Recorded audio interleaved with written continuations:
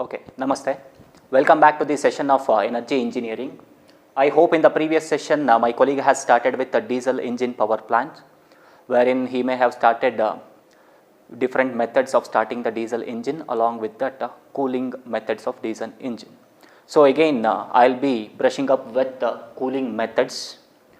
Let us look on to the cooling methods. We have two different methods of cooling the diesel engine. One such cooling is air cooling and the other one is water cooling. Why cooling is required? That is the first essential question. Because as the engine is running, more and more heat has to be produced. I mean, more and more heat transfer has to happen from the engine to the surroundings. This is going to cause the heating of various devices of the engine.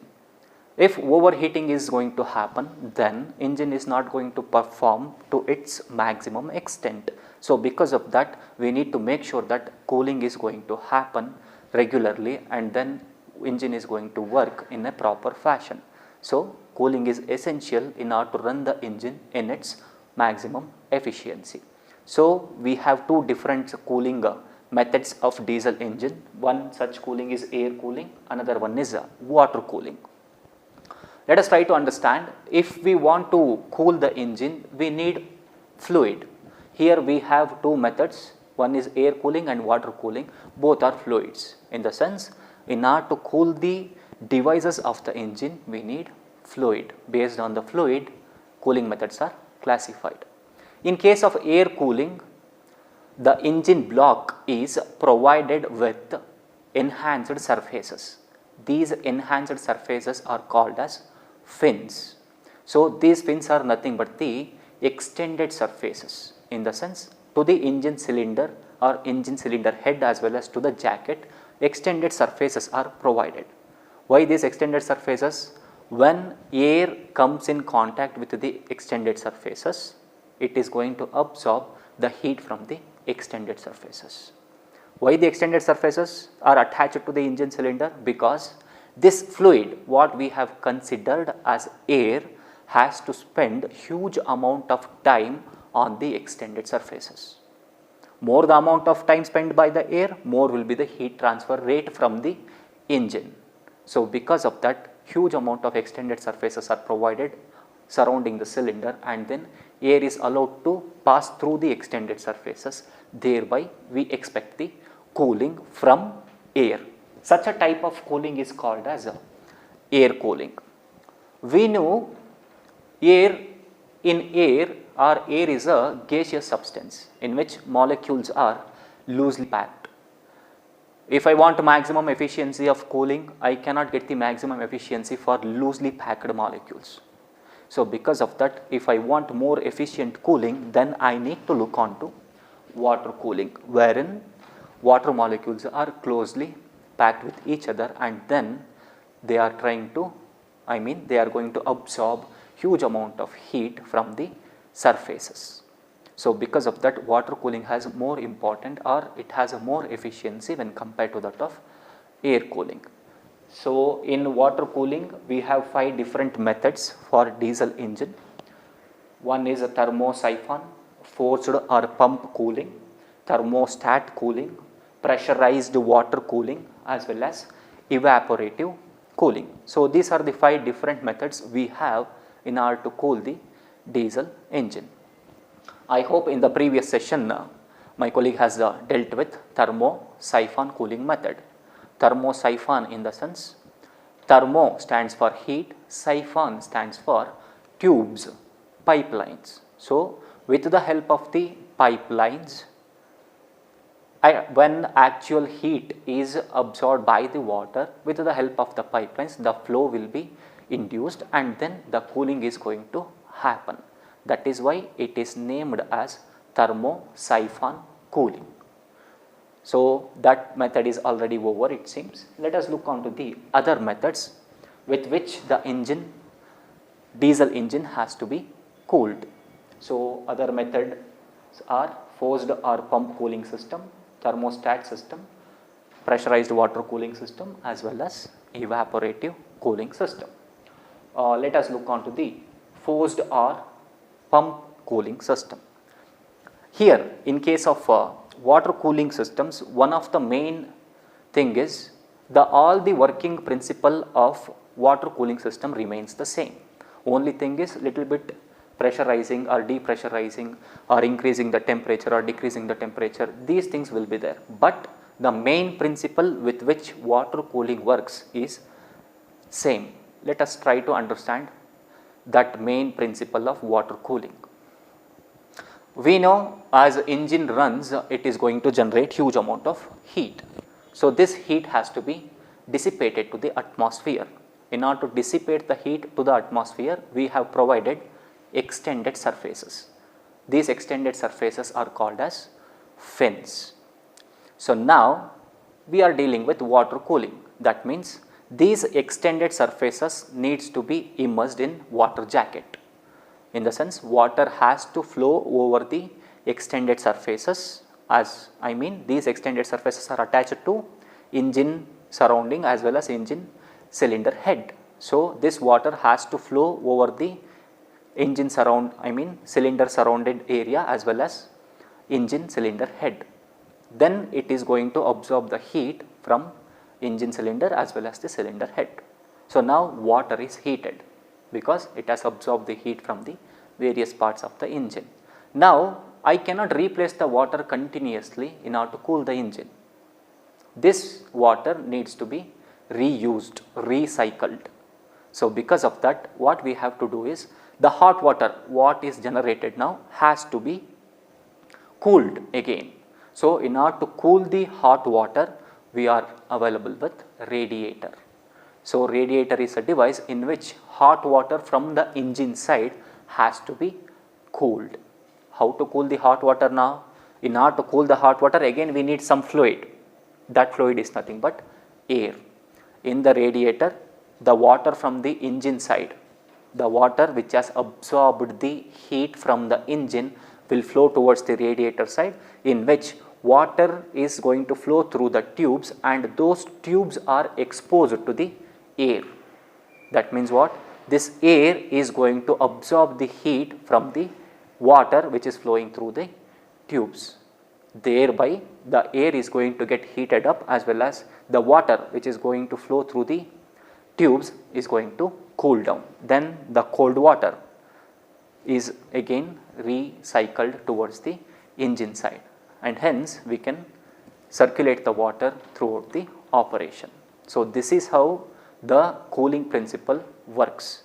You need to make sure water has to be supplied to the engine side, it has to absorb the heat, then water has to be cooled. In order to cool the water, we need to make use of the radiator, in which water is cooled by exposing the tubes into the air. Thereby, the hot air will be sent into the atmosphere and the cold water will be again recirculated, so that we can continuously conduct the operation. So, this is what is the working principle of water cooling method. In all the types, in all the methods, I will be dealing with the same thing with different technical terms. So, by keeping this in mind, let us look on to the first aspect, which is nothing but forced or pump system. So, the name itself is saying you need to force, in the sense what is the fluid that you are going to use to remove the heat needs to be forced, needs to be pumped. I mean manual pumping is required, manual forcing is required. That is what the name is indicating. Let us look on to the various components of the system. So, let us consider this portion as the engine. The engine is connected with the pump. This pump is going to pump the water towards the engine. Then here we have the radiator portion, and in this radiator we will be provided with tubes. This is the pump. This is going to pressurize the water towards the engine, and then hot water from the engine will come in this side, and then it will flow through the radiator tubes over here. So, now we have provided the fan over here. Fan is for the purpose of blowing the air. Only this much is required in forced or pump system. Engine is required. In order to pump the water, pump is required, and then in order to cool the water, fan is required. How it works now? It is very simple. Again, go back to the main principle with which water cooling works. With the help of the water, you need to pump the water, with the help of the pump, you need to pump the water towards the engine side. So, this pumped water, I mean pressurized water, will be flown, which surrounds the engine cylinder surface as well as the engine cylinder head as well as extended surfaces. Thereby, the pumped water is going to absorb the heat and it becomes a hot water which will be sent towards the radiator portion. So, in this radiator, the water is going to flow through the tubes. While flowing through the tubes, the water is exposed to the air which is blown by the fan. So, now these air particles are going to absorb the heat from the water which is going through the tube. So, that from here I am sending the cold air, from here I will get the hot air. From this side I will be getting the hot water, from this side I will be taking the cold water. So, that cold water can be again repumped towards the engine side and then again it will be cooled in the radiator, again it will be sent. So, in the same fashion the pumped or forced system is going to work. So, this is how forced or pump system is going to work. You need to make sure that the liquid or fluid what we are going to use for the cooling purpose is to be pumped, manually pumped. Next question that arises is how energy is supplied to the pump. We need to manually force the liquid, energy should be externally provided. In the sense, engine is developing certain amount of power. The part of the power is supplied to the pump so that we can pressurize or we can force the liquid. So, part of the power from the engine will be supplied to the pump and then we can force it down. Next thing is what are the few advantages and disadvantages of this system. Since engine is running, in whatever time the engine is running, in all those times pump is also running. If engine stops, pump is also going to stop. So, totally these two are interconnected to each other. So, now whatever may be the temperature of the engine, but the pump is pumping the water. In the sense what? The cooling method is independent of the temperature of the engine. That is the first thing. That means cooling is continuously happening. We do not have to worry about the temperature of the system. Cooling is continuously happening. If you look on to the few of the disadvantages, if the power produced by the engine is low, say for example in hilly areas, huge amount of fuel needs to be burnt. During that time, power developed by the engine is slow. The vehicle is moving at a very slow speed, but power developed is very less, but engine is getting overheated. Engine itself is developing lower amount of power. In that lower amount of power, part of the power needs to be supplied to the pump. That means pump is not going to receive maximum amount of power to deliver the water to the engine side. In the sense, engine is going to overheat when power production reduces, because the pump may not get huge amount of power supply from the engine side. So, that is what is the one of the main disadvantage from this system. So, this is what is related to the forced or pump system, and another method is very similar to this one only, which is nothing but pressurized water system. The schematic sketch is almost similar to this only, that is why I have not written separate sketch for that. You need to pressurize the water with the help of pump to higher values. Here we are not worried about the pressure. In this method, pressurized water method, we have to worry about the pressure. So, water will be pressurized up to 2 or 2.5 bar, so that pressurized water will be flowing through the system and then it is going to remove the heat or it is going to cool the system. There one of the concept needs to be understood. If the pressure of the water is high, That means the water has huge ability to absorb the heat from the system. That is why at higher pressures heat removal rate or heat adding rate will be higher. That concept is made use at this method. So, that is why water is pressurized and then it is supplied to the engine block. So, that is what is the pressurized water method, and which is very similar to this one only. So, these two are the pressurized water or pumping systems. Next thing is evaporative cooling. The name itself is saying evaporation has to happen. Evaporation in the sense the liquid, I mean the water what we are using as a fluid or a coolant needs to evaporate, in the sense it has to change its phase from liquid to gas or gas to liquid. That is why this method is called as evaporative cooling. Evaporation is going to play a huge role in cooling.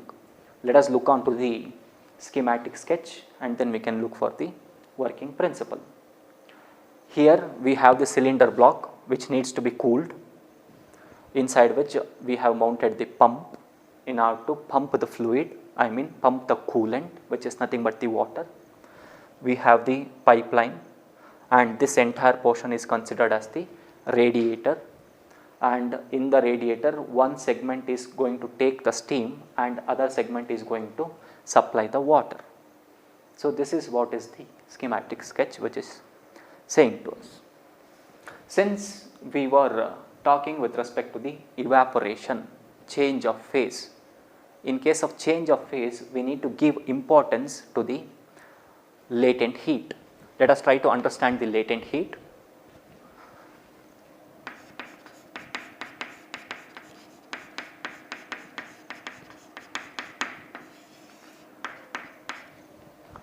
Latent heat, which is nothing but the amount of heat supplied to the saturated fluid to change its phase. In the sense, if at 1 bar pressure water is at 100 degree centigrade, then we call it as a saturated water. What is the amount of heat that I am going to supply to the water in order to convert that into 100 degree centigrade steam at 1 bar pressure only? 1 bar 100 degree centigrade water needs to be converted into 1 bar 100 degree centigrade steam. So, in order to convert this water into steam, what is the amount of heat supplied is called as latent heat. This latent heat of evaporation is going to play a huge role. What we have to do is, here we have the water in the radiator lower tank. This water needs to be pumped to the cylinder block with the help of the pump. Here one of the condition is this water should be at 100 degree centigrade itself. At 1 bar pressure this water should be at 100 degree centigrade itself, because I need to supply the saturated water to the cylinder block.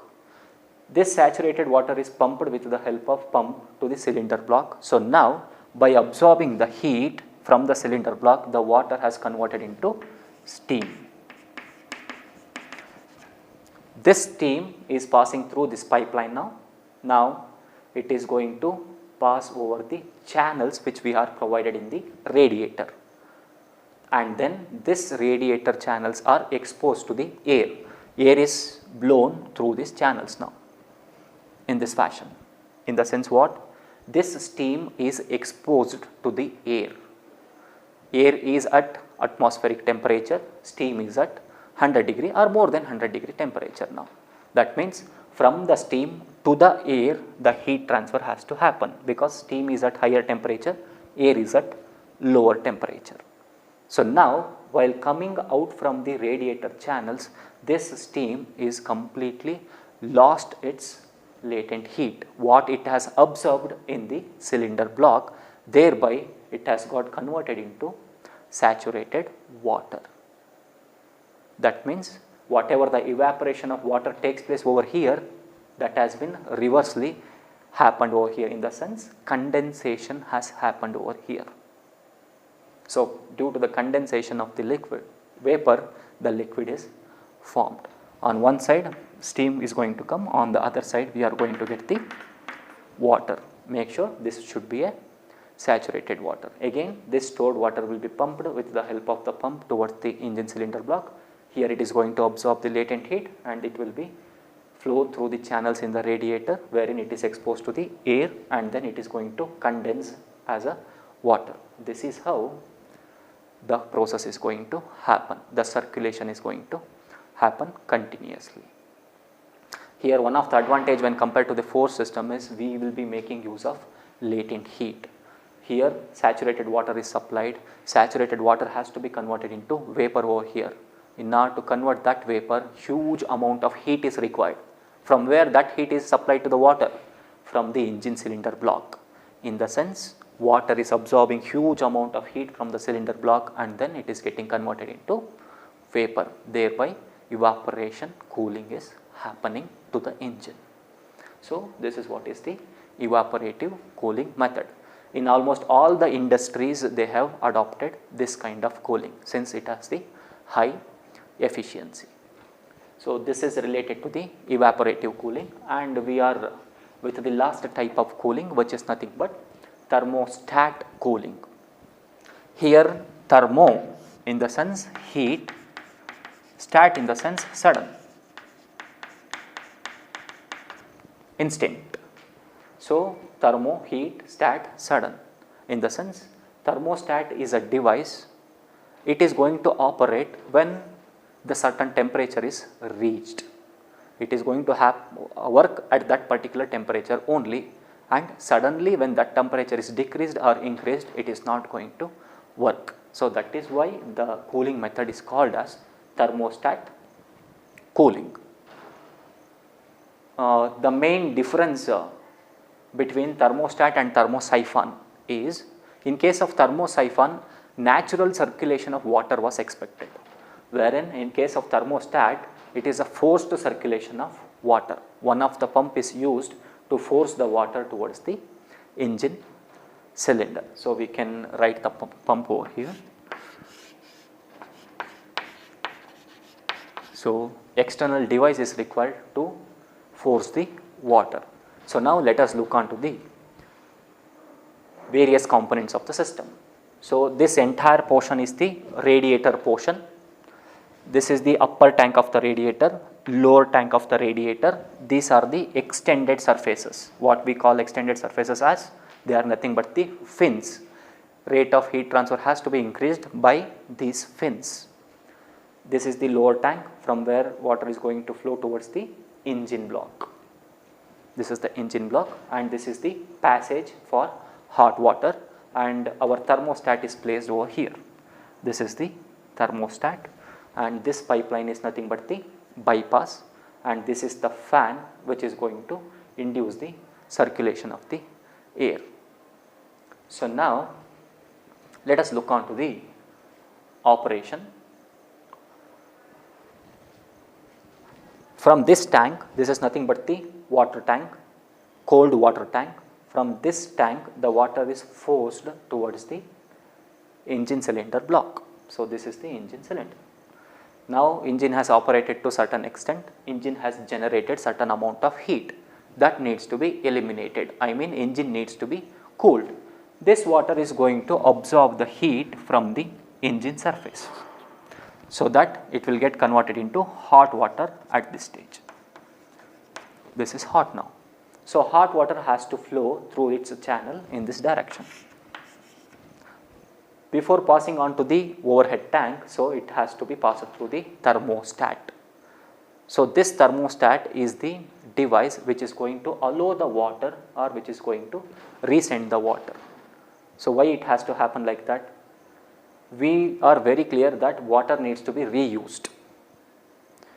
If the water has not absorbed sufficient amount of heat from the engine cylinder block, then this thermostat is not going to allow the water to pass in upward direction. Instead of that, here one pressure relief valve is given. This pressure relief valve is going to bypass the water in this direction. Again the water is going to flow towards the engine side, and it is going to absorb the heat. If the heat absorbed by the water is able to open the thermostat, then thermostat is going to allow the water to flow towards upper tank. Then water flows in this direction, it will get collected in the upper tank. So, in this upper tank water is collected, this water is nothing but hot water. This water has to be reused in order to cool the engine. This water is hot now, it has to be cooled. How I can cool the water? I need to provide the tubes. On the tubes I have provided extended surfaces. So, these extended surfaces are provided with the air. This air is going to be blown by the fan. Who is going to run the fan? Part of the power developed by the engine itself is going to run the fan through the pulley attachment. We are not using any excess source for the fan. So, now air is going to blown over the tubes of the radiator, thereby the water which is flowing through the tubes is going to lose its heat to the air. From here I am supplying the hot water, here I will get the cold water. From here we have the cold air, while coming out it becomes the hot air.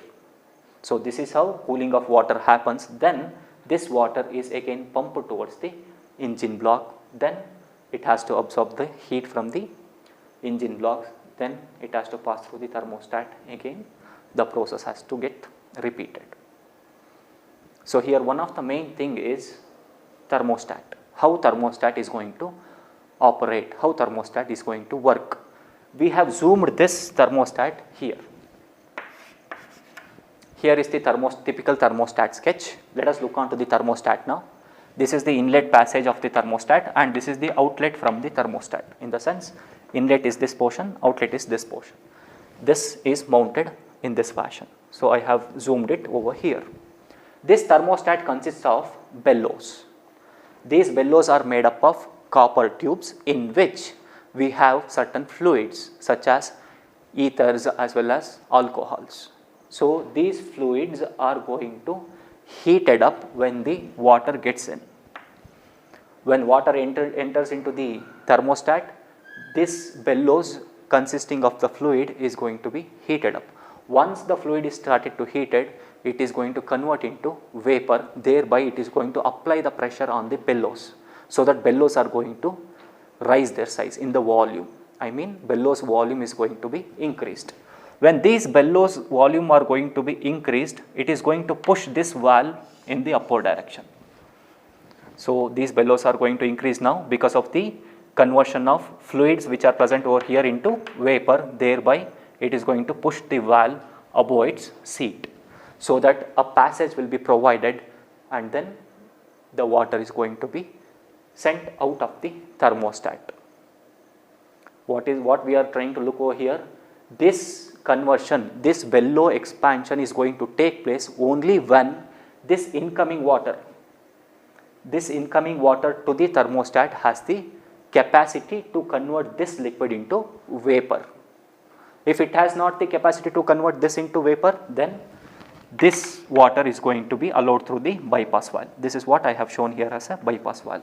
In the sense, water has not absorbed the sufficient amount of heat to convert the liquid into vapor which are present in the bellows, thereby the pressure relief valve is going to open and then water will be bypassed, again it will be sent towards the engine side.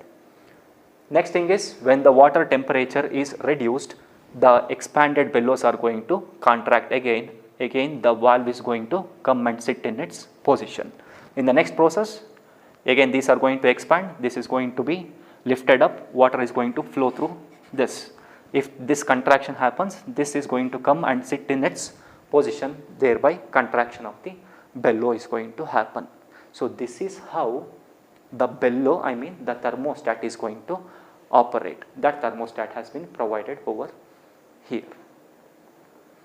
So, if sufficient temperature is reached, water is allowed to through the thermostat. If temperature is not reached, it is bypassed again towards the engine cylinder side. So, in this we have a static control over the temperature of the water. So, this is the thermostat cooling of diesel engine power plant. So, if I finalize the cooling methods, we have air cooling as well as the water cooling. Air is the gaseous substance with which we have to cool the engine, and water is the liquid substance with which we can cool the engine. We knew that water molecules are closely packed and hence we can enhance the rate of heat transfer with the help of the water. In the water cooling system, we have thermosiphon, forced or pumped system, again pressurized water system, evaporative cooling as well as thermostat cooling system. So, this is related to the cooling of the diesel engine systems. Namaste.